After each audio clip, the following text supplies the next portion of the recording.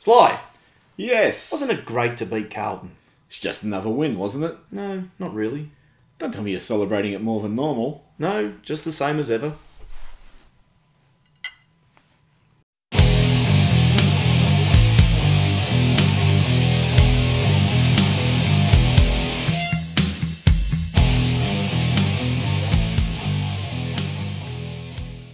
Welcome to the Collingwood Rant. I'm Sly. And I predicted this. Well, no, I didn't, Spook. This is the round 2 episode. We have... Round 2 already. Yes, round 2 already. 2 weeks into the season, or 2 rounds into the season. How many lockdowns is that? I'll tell you next week. Yeah. So, let me just ask you. We both were, I don't know what... Oh, you were. Okay. I was pretty confident, but you made me say those bad words about Collingwood. So we were both a little bit diffident about the game against the Blues. Going into it, Buckles and the Brains Trust, they dropped Oliver Henry and Trey Rusco. In came Callum Brown and Steele Sidebottom. Yep. How'd you feel about dropping Oliver Henry in particular? Oh, look, I think we said it last week. I would have been happy if they were given another crack at it. Rusco obviously did because the inevitable happened. But would have been good to see him run around again. I mean, it looks like that injury sub's going to be sort of a position they just rotate through. Well, it's a requirement at Collingwood. Yeah. Do you think we could have an injury sub for the injury sub? That'd be a long, long line. All right, so the game begins. You know, I don't really believe I had that much hope at the way we played last week. Looked terrible. The first half. Who were those players wearing the black and white stripes? I know, it was amazing. So we played with a lot of purpose, Yep. a lot of speed, Yep. played long with direction. The Goey and Elliott rotated. Elliott played pretty much at Jaden Stevenson role from 2018. Thanks, if only we had a Jaden Stevenson to do that also. The Goeys are beautiful. They're both beautiful leads, so they both really offer something for the midfielders coming forward or running forward. Coxie seemed to be playing, I don't know where he was.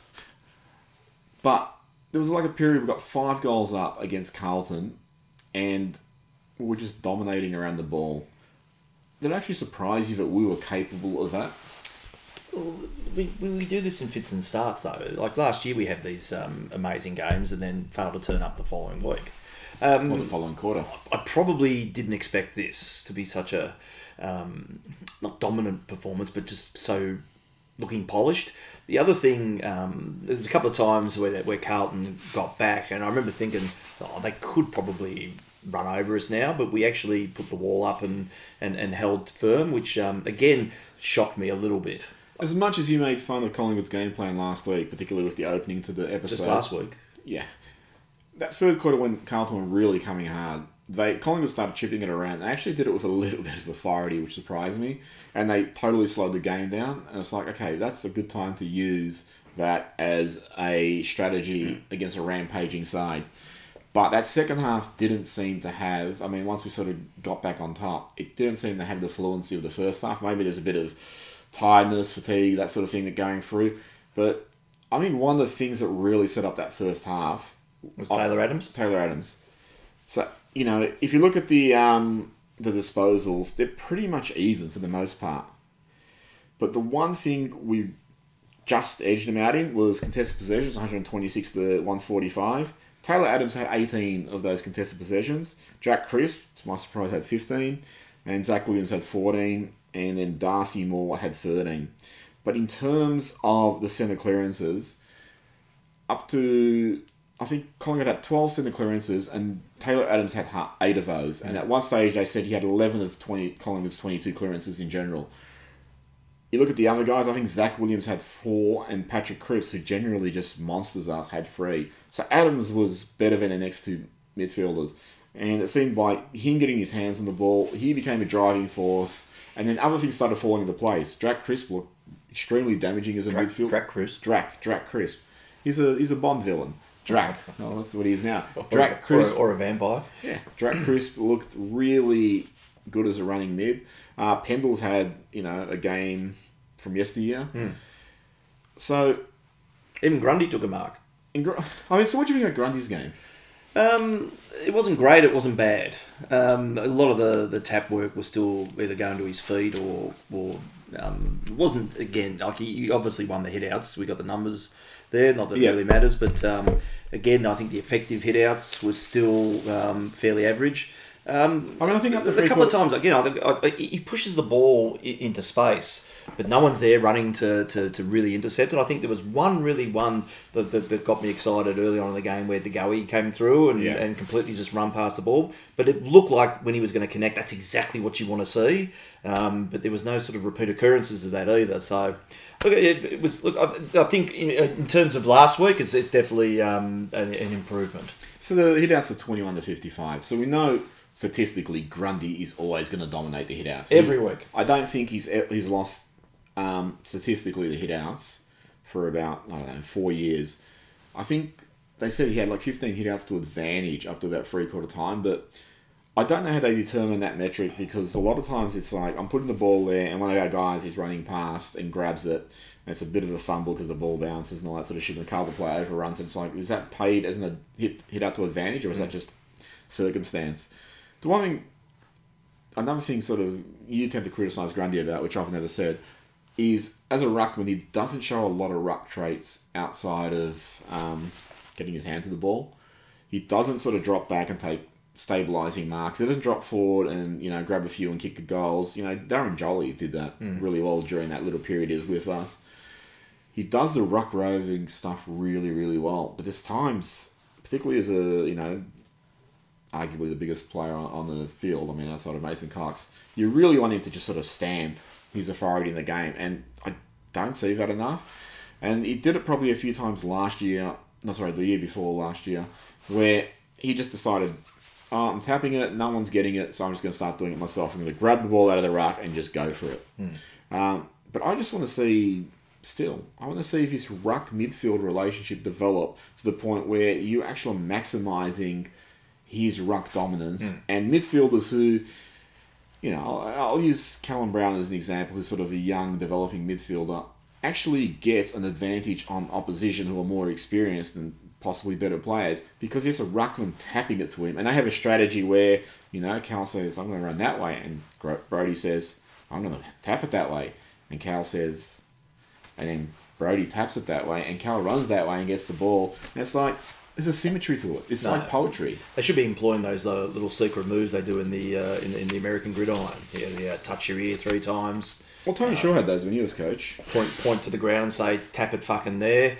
That could be a bit of a good strategy to employ. Probably another good strategy would be for someone like Callum Brown or whoever just to go up to Brodie and go, look, we're wearing the same jumper. just a tip. So, out of 10, how much would you rate Grundy's game?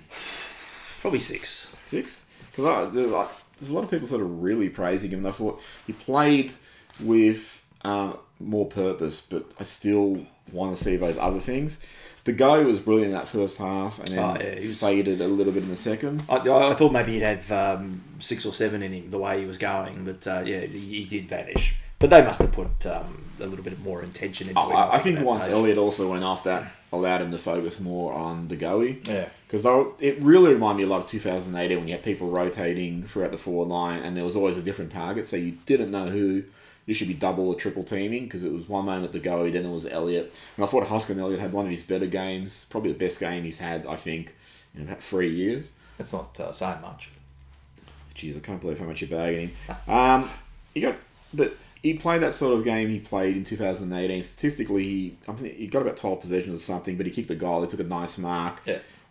And he's never going to be someone who's going to have a dominant physical presence. He's the sort of guy who's going to stay on the outside, and if you could feed the ball to him, he'll kick his 30, 40 goals as he did a few years ago. That's what you want from him. Yep, definitely. Braden Sire. I thought he started slow. Like the first half was really pretty much of a non-event, but he really worked into the game, and some of his little quick-fire handballs, especially, we talked about it earlier, that one he handballed over his head when he hit that pack, that was just sublime. Yeah. And you think, you've got that ability, it just has to be, you've got to keep developing it and get him to do this stuff consistently. Well, going back to what But I think it'd have to be a big confidence booster for him to the way he finished off the game. he has to have continuity. There's a few times. There's one time I think about the third quarter where the ball was in congestion and he was running in, and I remarked to my brother I was watching the game with him. And I just said he's big enough to just run straight and make people fear him. And he actually did that, which I was really impressed with, because at that size, it's like Cripps, sorry, not Crisp. Drac. Yeah, it's not like Drake Cripps, but it's like Patrick Cripps. He's always played like, I'm 6'5", get the fuck out of my way. I am the bullocker. Yeah, and if you're in my way, then that's just bad luck for you. Whereas at times Sire doesn't seem to have that intent, and maybe that just comes with experience and all that. But in terms of going back to what we were talking about the midfield before, you really need players like him to step up and take the load off guys like Pendles and Adams, because Adams is not going to get 13 clearances every game. Why not? Because he plays for Collingwood. He set an expectation now. Tackles were 41 to 65. So, in terms of where we were at last week, where we just seemed listless, you asked, has Buckley lost the players? Does a game like that show you he still has the players? We just don't have the system to do that continuously. Oh, it's hard to tell. I mean, you could... You can tell me, I'm your co-host. You could still have effectively lost the players, but you would sort of think that sort of game can be a pride thing after the way they finished last week. But that's a long stretch. It probably is more endemic of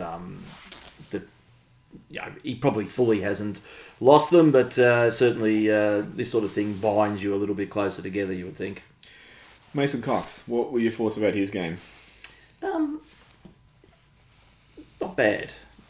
Not a standout, but effective. I think it'd be a clean way of putting it. I think he started poorly, and he dropped that sitter from there was a couple of those that you think you should be marking those. But then there's a couple afterwards he marked, and it was I don't know, like that one he dropped where he was uncontested because he has the eye problems. I don't know if he looked right up in the lights because it really played out like he just lost where it was.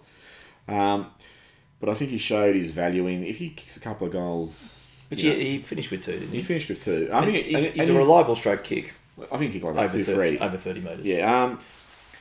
But if he can kick a couple, regularly, so he ends up the season with 40, 50 goals, and he gives Grundy a chop out in the ruck. You'd be happy with that. So Jack Crisp, we talked about 36 disposals, 24 kicks, 12 handballs, 3 tackles. How much blood did he drink? I don't know how much, Drac. Hey, come on, Drac, tell us. He loves the night games. Does. One problem with Drac is, and I think everyone's noticed it, is the gap between his best and his worst is sizable. Yeah. And you had that game, which is sublime, and then you think, hey, can you back it up? And he might just totally lose it next week. So it'll be interesting to see how he copes, and it's against his former team, if the game goes ahead.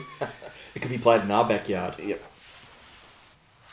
Darcy Moore. How many superlatives can you put into this bloke at the moment? Look, he'd have to be, and it's early, it's only round 2, but if he keeps this form up, he could win a Brownlow this year. He is borderline and untouchable. Borderline. I was going to actually ask you something, hypothetically. Do you think he's movable? Someone said to me, after a game like that, surely you can't contemplate moving him forward. It's hard to argue against just about how good he is as a defender. Would you really... Again, it comes back to that conundrum. Do you rob yourself of that and the assuredness that he's more than likely going to win the contest and the ball that comes down to him? Or do you take a chance on him doing a little less stat work in the forward line, but he could be an effective forward if the delivery was good? Okay, so now let me put it to you this way. Everyone's raving about his game, yet still McKay kicked 4 goals. Yeah, it's a fair point. I mean, a few of them are on the lead. There was one where Moore slipped over. And I look at those ones and I think, okay, they're the ones he's never going to stop. Now, do we have him down there where there's going to be goals kicked anyway? And are we wasting his talent by putting him in positions where he can have no impact on the contest? Mm. Because you look at that, he's kicked 4, and it's like, well, okay, you play roughhead, okay, maybe you would have kicked 4, so what have you lost? Okay, maybe some more's rebounding and marking, but maybe you compensate in other ways. But that's the thing, you tend to, when you win a game like that, like I didn't realise he'd had 4 kicked on him, do you care? I mean, you do, but it didn't influence the outcome of the game. You tend, if we lost the game by a kick, then you'd be looking at moments like that saying, if he'd done his job better, we wouldn't have lost. Oh no, I look at it in terms of the argument. I would prefer him playing forward, and I know he's a brilliant defender, but I think he could be a brilliant forward. And the reason I always champion him playing forward is that reason what I've just said there. There's contests he can't influence, so it's like, well, okay, McKay got 4 anyway, so you play roughhead or whoever on him, and he would have kicked 4. Yeah, no, it's like how much of the more material have you wasted? I mean, you look at other aspects of it, you're not going to get that sort of counter attack out of roughhead. More backs himself for the mark. There was one mark, I think, in a lot of his intercept marking, you just couldn't imagine anyone else pulling off that. There was I think it was in the 4th quarter where they went forward and he was between 2 Carlton players and they were all running back. That was amazing. And yeah, and he had no right to take that mark. And you'd think that mask. Oh, I can't speak anymore. And you think David Teague in the post matchup review for Carlton, he'll be looking at those 2 players and going, "Hey, there's no way he should be allowed to take that mark. You know, one of you should spoil, the other one should crumble, whatever the case might be." So, Grant, he takes some brilliant intercept marks, but I think, well, just imagine he's taking brilliant marks up forward. The query is, how are we going to deliver the ball? Are we going to deliver the ball sublimely as we did to Goey, or are we going to just kick it in the air and hope for the best, which we do often with Cox? My check? Better than last week. I mean, again, like he started to have a little bit of presence around. What did he end up with? He got 3, yeah. So, yeah, look, no, I'm very happy with that performance. I actually thought he was really good. I know he didn't play a consistent 100 minutes or however long the game is, but he chipped in when it was needed. Yep. And he took some good marks. And that last goal, at Collingwood, you just sort of think, we'll blow that kick. But he was very composed and you put it through and you pretty much sealed the game. Your whipping boy, Josh Thomas, 7 disposals, 5 kicks, 2 handballs. He might have been playing a defensive role. We don't really know. Yeah, I did read that on one of the forums that was a theory. So I don't know. I mean, it's hard to gauge some of these players on the TV if they're not demonstrating a presence by getting their hands on the football. If he's doing that sort of defensive work and he shut someone down, then good, more power to him. Well done. I don't know. I didn't see the game that way on the TV. I look at it in terms of 7 disposals. It's shit. 7 disposals is shit. And I look at it, you come to a point in players' careers, and I know Josh Thomas began as a midfielder and he's been sort of forced into a forward role, but you get to this point with players as they get older and you go, okay, you're giving me 7 to 10 possessions a game. I play this 18-year-old, he'll probably give me 6 to 8 possessions a game. I'm only losing a couple of possessions by playing him, but I'm pumping games into him. Yep. And that he could be a total, total explosive talent. And I know what you're going to give me. And it's like, well, which one do I go for? And I think Josh Thomas, very similar to like Tarkin Lockyer in 2010 when both McCaffrey and Joe Blair succeeded him. I think Josh Thomas now sits right there, and sort of Will Hoskin-Elliott is just behind him. I think Will Hoskin-Elliott has some genuine X factor though. But Thomas is like, I'm looking at that game and thinking, I would rather seen that game pumped into Oliver Henry. Yep. And do you think, like, moving into next week, I'm sure we'll touch on this a little bit when we look forward, is that it's easy then to retain that side for next week. Yeah. And he's more than likely then to stay there as well. And again, that's just another game where you've got people waiting in the wings who aren't going to get an opportunity. Do we have a VFL game this week? Or no. I don't think there was there? No, and at time of recording this... okay, it's 5:30. Yeah, but the teams that some of our ex-players went to, they haven't played yet, so we're not going to do ex-player watch. Can we do it twice next week? Sure. What do you think of the jumper? I love that jumper. That is that should be that should be our home strip. So Eddie McGuire claims that we used the black base in the 30s or something. We never did. It's actually a fib. We've never used that. Eddie the lied. black base. he was proud and historic about it. But we've never used that jumper. And I actually lament that we never get to see that uniform from the 90s and 80s and 70s with the white base but the black shorts. Love it. You know, so that's like my preferred jumper. I sort of realised what they were trying to do with the black base, but I still prefer the other jumper. And that's the jumper we've worn pretty much the entire history, outside of a few flirtations with other designs. Out of curiosity, do you think we, and particularly you, not me, you, are too hard on Nathan Buckley? No. So, because I was looking at his record, so he's coached 207 games, he's had 114 wins and 97 losses and 2 draws. By comparison, Malthouse, who had a couple of extra seasons, coached 286 games, 163 wins, 121 losses, 2 draws. So, let's say Buckley coached out the next 3 years and he got 13 wins in each season, just conservatively. He'd be up there with Malthouse in terms of his record. Yeah, how many flags? Well, that's the one place they differ. Malthouse, in 4 grand final attempts, got the 1 flag. But that's just normal at Collingwood, though. That's nothing negative. Buckles has only had the 1 grand final. So he's got a few more to lose before he catches up. I mean, I think he is the man for the job. Nick, I'm just asking, are we too hard on him? Are we expecting too much? I think you got to look at it that 10 years in, we're not going to win a flag this year unless we do. But it's unlikely we will. But again, how long do you want to keep doing this for? 10 years is a long time with the same head coach.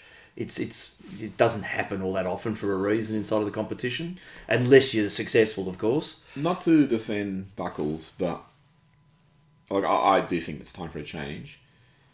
But geez, the behind the scenes stuff while he's being coached, the stuff he has no influence over, has been terrible. So you just go back to last year. I mean, he wasn't the one who signed the contracts which blew up the salary cap. Which, sure? Well, maybe he did. But I'm presuming that it was, they had a list manager who took care of the contracts and blew them up and stuffed up the salary cap. And they came to him and said, well, we've got to get rid of this much money. These are the candidates. Who can go? And if you go back earlier, I mean, I think it was a mistake to rebuild when he first took over because he really only held on to that list for 2 years. But then, they gave him guys like Scharenberg and Freeman and Brumet and Kennedy and Karnisis and Quentin Lynch and Jordan Russell and Clint Young. And all these guys were busts for him. So in terms of their list rebuild, they didn't do a great job under him. And then you've had all the Eddie Maguire gaffes, about the stuff with Cameron, I was going to call him Cameron Goods. Adam Goods, Caroline Wilson, and other stuff. So I think during his tenure as coach, he hasn't had great support behind him. Having said that, I don't love the game plan he's playing. Matt Rendell came out and criticised the way Collingwood tried to use their tall forwards as forwards, but sweeping up to the wings to be linkages and then to also go down into defence and help out. And he was just saying, well, you're really asking too much of them. Do seem to have a complicated game plan. We see the same errors year in, year out. And this is why I think we should change. Oh, definitely, yeah. But in terms of he still has his defenders and people who think he should be there for another 2 to 3 years. Would you entertain that in any way? What would it take this year for you to entertain the notion that we should re-sign Buckles? It's a flag and that's it. I don't care whether we make a prelim and get smashed. I still don't see that as a pure success. I want somebody that's going to come in and shake things up and get a side ready that's going to win a flag, not just. Okay, but surely if he won a flag this year and the players all came out and said we love him, that's when we should replace him. On a side note, I mean, that happened in our game. Oh, actually, 2 things. Do you like the interpretation of the deliberate rule? Oh, fuck me. That Howe one was a disgrace. Oh, it was a miskick. Blatant miskick. And what did the umpire say? It was the lack of intent. Lack of intent. Oh, yeah, the lack of intelligence, I think, of the guy with the whistle. That was just absolutely staggering. But it's been so far a weekend of staggering umpiring decisions. I'll only get to those. But the one with the Howe one too, you could hear it was a miskick. You could see the way it wobbled. It was a miskick. There was absolutely no evidence that he bananaed or anything. It was an obvious miskick, and even the commentator said, I think it was a lack of intent. I think it was a lack of execution. And then Pendlebury was pinged, I think in the 3rd quarter, deep in defence after a ball up, and he just turned around and snapped it really quickly. He didn't seem to actually even go for the boundary. He just went I just got to get it out of here. And again, that was pinged. So what do you think about this deliberate rule, which they're really harsh on? Oh, it's too open to interpretation, and especially when this thing's been around for how many years, and you're making dumb calls like the one that was made. So the Pendle ones, you can probably argue either way, but the Howe one was blatantly a miss kick, and now suddenly that's lack of intent. Yeah, it's too not know whether it should be too complex, but if you want to get it down to that level where there's no shadow of a doubt, whoever the last bloke that kicked it, whether in intent or not, and it goes over the boundary line, it goes to the opposition. And you do it that way.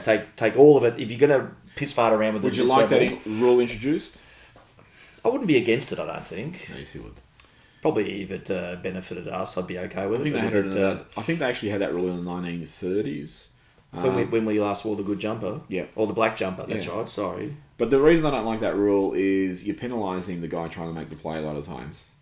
So I don't think that's really fair. And that's that is the downside of it. Like if you kick it up the ground and you can't, once that ball hits the ground with the shape of an oval ball, it could spear to the right, it could spear to the left and go over the boundary line. You're not in charge of that.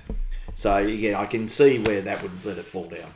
Well, at Collingwood, you're not in charge of any kick, where it goes. You're just hoping for the best. Most. No, I think if it's Collingwood, the ball spears back at you and snaps your fibula. Holding the ball rule. That one, I mean, that's obviously everyone was outraged last night, but that Blocklow's decision was absolutely appalling. There was a few at Collingwood. The Carlton game. There's a few both ways. And there was a couple of later ones for Carlton, which they weren't paid. But that blitz ass one for Geelong was just absurd. If that's not the textbook one where the AFL umpiring administration should go, this is the one you pay 100 times out of 100. How that was overlooked, and they can claim, the umpire was onside. It's bullshit. It's total bullshit. It's really. I just wish Chris Scott saw it. Yeah. He must have been checking his underwear at the time. Do you think Chris Scott saw Gibbons' goal from outside the boundary? No, I mean clearly on the stills, it was over. Now this is the bit that irritates me with this is that the amount of times I think last year we had goals that were reviewed apparently without the umpires flagging that they wanted to review, which then the AFL come out and said, we review every little thing that goes on. They use that voice. Yeah, no, of course they would. Didn't see this one. Now that's that classic thing that if you do review every goal, surely within the first couple of seconds you've worked out that his foot was over the line and you disallow it. Or did they just get wrapped up? I mean, it was a great goal. Well, it's not a goal because he was out. It was a great kick that went through those two big white sticks. Do you get wrapped up in the occasion for that? Yeah, you definitely do. But, I think back to late 2000, the Dale Thomas one. 2007. And that was superb and disallowed. That was an even better goal because he balked two players to kick it. Yeah, so it did make me think of that as well. But clearly, so what do you think about the umpiring in general in the AFL? Because it's been a bugbear of mine that it's shit. I don't blame the umpires. I blame the interpretations coming from upstairs. There's too many layers, or it seems like there's too many layers of interpretation for each rule. How many rules would there be in AFL? It's only probably a handful, essentially. Yeah. But then you've got these trees going off there about ifs, then, and whys. You then blow the whistle. It's just too complex. Like the one that really frustrates me is the illegal disposal. You can get tackled and drop the ball and it's play on. I think, but surely you haven't disposed of the ball correctly. Yeah. If you just stood there and were about to have a kick and then just dropped the ball on the ground, you wouldn't get away with it, would you? Well, that prior opportunity has totally messed things up because it just means that if you have that prior opportunity and you dispose of it illegally, you're fine. Whereas it should just be, hang on, okay, even that prior opportunity, you've still thrown it or dropped it straight to the ground. And I find that really frustrating. I hate the way the holding the ball and illegal disposal rule has been umpired for 20 years. I think it's a fucking blight on the game, and I think the people in charge, not blaming the umpires because obviously they're getting instructions from a higher up, but I think the people in charge should seriously be chopped because how we need to watch games like the Brisbane Geelong one also where there is a blatant free kick there and it's just not paid, but you think, you know what, if that was in the wing that probably would have been paid. And that goes back down to the trees you said. There's the qualifications of it's not in front of the goal, we can pay it. It's not going to decide a game. And that's I think a big problem. I think the AFL are really worried about free kicks deciding games. And it's like, you know what, that blitz ass one, if that was pinged and Brisbane had a shot and won them the game, I think all but one Geelong supporter would have said, yeah, that's fair enough. The only one who wouldn't have said that's fair enough is Chris Scott, who apparently didn't say it. I didn't say it. I think he was reading a book at the time, he said. I mean, the thing is, you don't ever, and it's that classic statement, you don't ever want to see a grand final decided by something like that. That would be, I mean, because it'd always go against us. But that was a disgrace. But in the grand final, if that was in the grand final, I would want that grand final decided by that, because that to me is 100%, like I said, 100% of the time, that is a free kick. So if a grand final is decided by that, I would just say, yep, that is a free kick. I went to the But they put the whistle away in the grand final, so you know that. And there are those ridiculous qualifications. You put the whistle away, take a brave umpire to pay that. If that was up the ground, it would have been paid and all that. Why are there all these qualifications? A rule should be the same rule at the start of the game and at the end of the game by game, round by round. But our rules constantly fluctuate.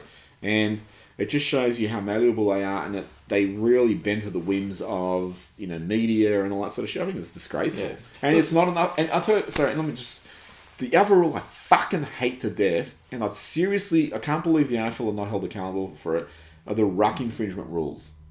Where you have two ruckmen going up, the umpire blows the whistle, and no one knows which way it's going to go. And everyone, from the players, the commentators, to the fans, are all just going, okay, which way is it going? How the fuck could something have happened which 500,000 people are not seeing, But apparently it's just fine for this to be a lottery and for the umpire to go, okay, it goes that way. And everyone's going, okay, we'll run the other way then. It's like, how do you have a free kick that no one else other than the umpires are able to see is there? It's ridiculous. Surely, if there's an infringement there, everyone would be fucking seeing it. But they don't. So I just think the rules, across the border, I think the rules are a mess. Yeah. But anyway, I mean, because now this is the Brisbane rant, the AFL came out today and said that they did get that decision wrong. So that's it. Problem fixed. We're going to get on to Brisbane in a minute. Carlton Cheer Squad on Twitter. They're not affiliated with the Carlton Football Club. They got a little disclaimer on their, on their profile. After they lost, they tweeted, "We have a losing culture. Insipid." Who we do? Collingwood? No, Carlton. Cheer Squad. Absolutely zero talk from all the players and staff at our club this week, please. Shut the fuck up and just do something to change it. Yeah, no, I did say that one. That was good. But it's funny. It's like absolutely zero talk from all the players and our staff.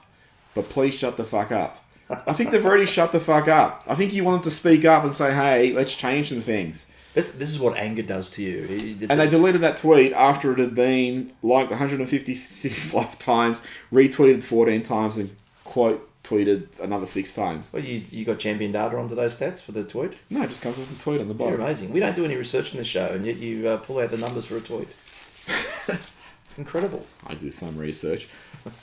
This week, possibly, Collingwood versus Brisbane. Yes, it could be held in a suburban oval near you, for all we know.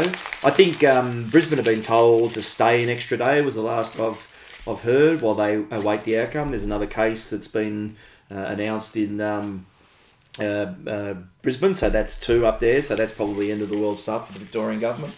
I imagine that they'll stay here and we'll be flipping the game, so we'll be playing at the G. Brisbane are 0-2. Yeah. We are 1-1. Brisbane got reamed at the end of a game. Do you think they'd be coming out angry? I'm actually curious about Brisbane. When they lost to Sydney in the first round, I was thinking maybe, they have that. Sometimes what happens with teams who've been up for a couple of years and they're falling just short. They just, the bottom drops out, like Melbourne's been doing for 50 years. So I was thinking, when I lost to Sydney, I was like, maybe that's happened. And then you texted me about them getting smashed by Geelong early, but then later on, obviously, they came back, so they showed some fight.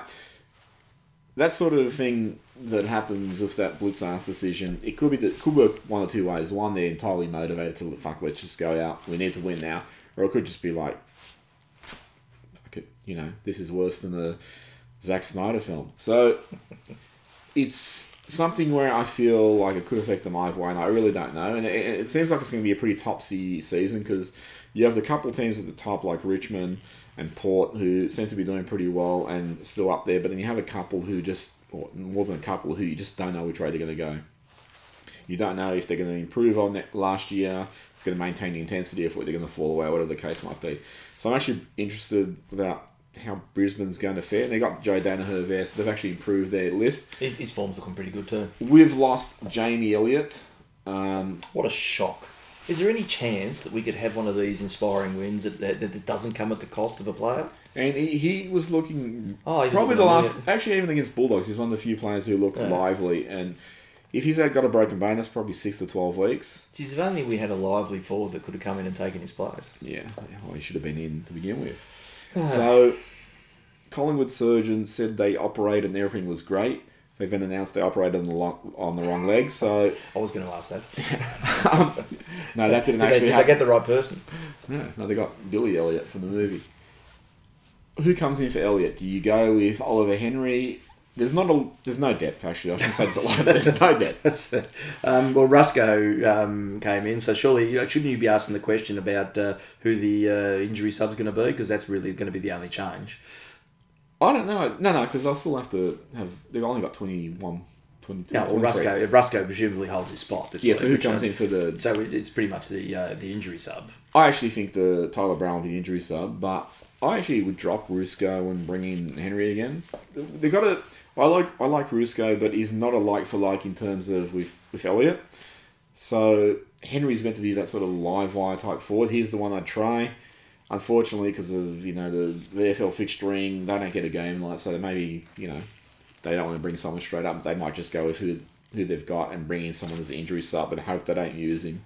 Did we draft any opportunistic medium to small size forwards? Oh, we drafted, what's his name? That McCreary and Chug. Well, there was some talk about him being good in the VFL game. So look, you've got to bring someone in. You've got to give someone a bit of. I think we. Got to be choice. Literally should be debating the drac. We should be having at least one new person a week for the first couple of rounds, but until attrition takes its toll, and then then we'll be having 8 of them. So yeah, look, I'd rather see and I like Henry. I think he shows something, but maybe it's Rantel or Bianco, one of those things that we drafted 20 years ago, deserve a little bit of a time in the sun, or maybe even Murphy. He's been knocking on the door for 17 years. So Murphy's an interesting one, because I was actually going to say what I'd like to see him do, which I know they won't because we're Collingwood. I'd actually like to see him try Noble in that role of how good was he though the other night too? Yeah, and then bring in someone like a Murphy to play that role he's playing. I've always thought Noble would be good to see him play as a small forward. He's got some pace, he's got some bravado and all that, so maybe try something a little bit different, but I don't expect they'll do that. I think they'll just fall back on what they know. I don't know off the top of my head who we're missing in terms of established players. Unless they bring in like a Greenwood or a Main or something. They're about the only senior ones left, aren't they? I'm pretty sure they are. So I don't know that there's anyone else they can really bring in. Do you think... Okay, so you mentioned earlier we don't have the consistency in the way we play. Who knows the way we're going to come out this week? Yeah. You could have a stinker easily at Collingwood after that. Look, I think they'd have to draw some positives out of that. I think Buckley said that the press conference that was their brand, that they were more happy to move towards. Did he say that? I didn't say that. I didn't say the post-press conference, assuming that we went through the same script that we read every time. But you'd certainly have to look at yourselves internally and thought, well, that's more of what we think we are. We should get better from that. Yeah, it's a launching platform. It's about where they go from here is going to be that. So going back to that game, okay, Darcy Moore's been elite for a few, 1.5 years now. He's going to produce that next week in all likelihood. And then Pendles, even though he's 33, he's going to be up there. Adams, he's going to try. Now he's going to get those numbers again. I don't know. Is Chris going to get those numbers again? I don't know. And to be honest, I don't think he will get the 36 possessions. So the issue is to duplicate the performance they exhibited against the Blues.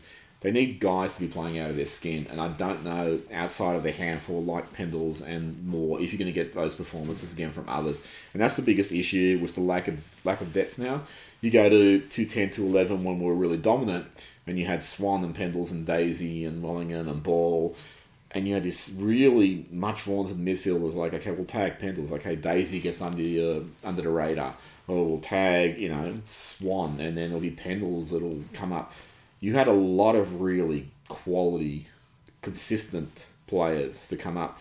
And no disrespect intended to the players we have now, but I don't see that ability, that proven ability, actually, I should say, and the consistency there to really believe that, hey, if Pendles has a quiet one or Adams is tagged out of it, who's going to step up? I don't see that there. Brisbane are a far better side than the two that we've encountered so far, but their form is not indicative of that. But at some point, they're going to switch on. Well, the other thing is, how much is this COVID thing and the... Well, that'd be... I think this is where you're going to probably find that we'll take... If the games are switched, we're the one with a massive advantage here. You've got them that are going to be away from unplanned time away from family, whatever they do during the week. They're missing out on that. I think Lockie Neal said they're hopeful that they get the all clear to go back home tomorrow, Sunday. But you probably think they won't. And they've got to stay here. I mean, again, you can't change that side. They had a couple of injuries.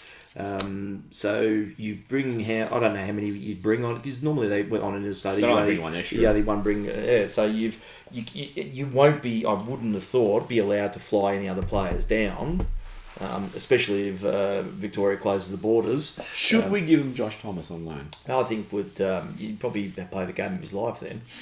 For us, yes. So look, I think everything should be indicating that we would have the upper hand going into Thursday night. So we've had one really listless game against the Bulldogs. We've had one really positive game against the Blues. What's the real Collingwood? I think we can only answer that in round 23. What do you foresee? What did I say we'd lose by last week? 74 points? I don't know. I reckon 75 this week. So that's your tip? 75 points we lose by. I'll tip we're going to lose by 13 points. I don't have faith in that list structure to be able to produce a continual form line, a consistent form line. I think there's just too many variables there, and you have too many players who... They're not the Kickstarter of the engine. They're the guys who, like, once you're going really well, they're going to be great. Hang on the coattails. Yeah. But they're not... I mean, Pendles is an obvious Kickstarter. Adams is a Kickstarter. Grundy's a Kickstarter. I'm not even full of shit. Maybe. No. But in terms of Grundy, as we're seeing, stats don't actually mean anything about taps. So unless he does it all himself, like he did a couple of years ago, his influence isn't as pervasive as you believe. Pendles has been up and down. And even though Pendles had a good game, the last two games... Some of his decisions at times, you just sort of look at him going, why would you do that? It's almost like, I don't know, he's getting senile at 33. So I just don't think we have the framework there to consistently produce performance that are up there. So I think we're unfortunately going to see like lots of dips. And, yep, no, I agree with that. And in terms of Bulldogs, Brisbane... 43 points, that what I said? I said 13. It's just blown out. It's blown out. See how much it peaks and drops. Look, we probably will win, but we won't win by 74 points, though. No. So I think we've covered everything now. We're having a bet each way. Should we learn, or should our players learn the names of all the Brisbane players' mothers and just say them at pivotal times so they have meltdowns? Are they all Martha? Are they Martha? Yeah. Martha. Why did you say my name? Yeah, so... That's it from us, I think. Unless any final thoughts? No. Let's just go out and win Woodleys. It'd be wonderful. Thanks. Okay. Thanks for joining us. Now, you know what will probably happen, though, is we'll find out that the Brisbane, they've all got COVID and we'll get it. And that'll be it. I think there's more chance of knowing that Brisbane has COVID. But we'll still get it. Or they're going to come and play us and they'll get leprosy because, I don't know, something happened at us and now we all have leprosy. Till next week, subscribe, leave comments. Hate mail's good too. No, like our Facebook page. Oh, someone please. Yeah. Later. Catch. Oh, that's it. The flag's on. It's a perfect shot. It is. It's unbelievable.